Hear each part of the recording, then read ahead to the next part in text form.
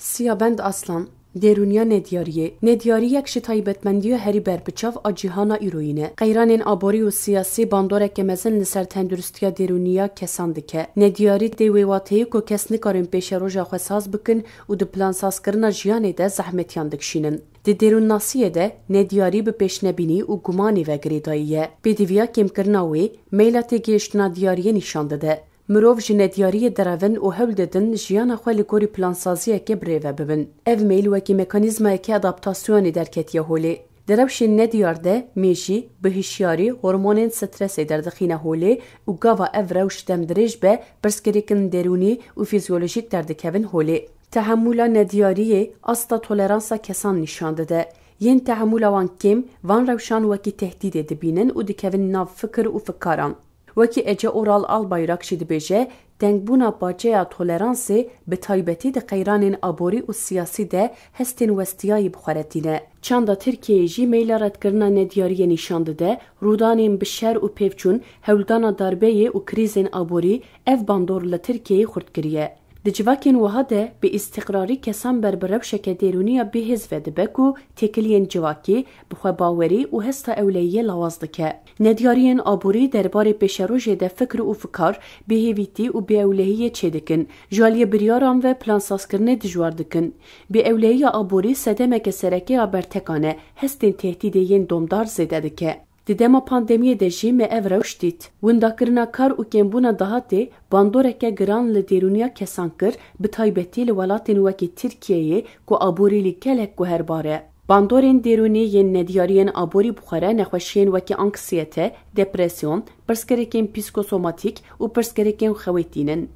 Dema kes nikarbûn hebûna xwe bidomînin, fikar û hêrs hesta bêçaretiyê xurt dike ku nîşanên depresîv û kêmbûna kalîteya jiyanê derdixe holê.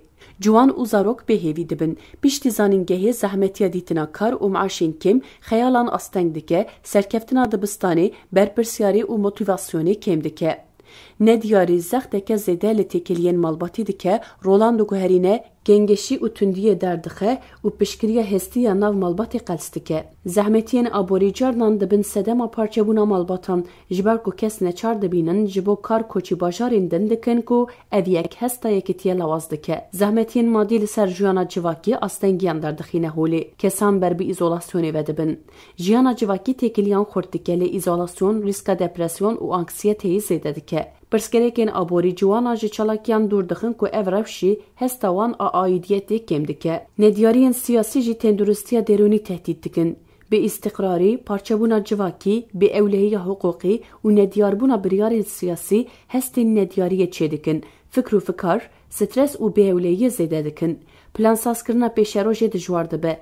Tekekes stratejiya li bendê bimîne û bibîne, dipejirînin ku ev jî kêfa jiyanê kêm dike.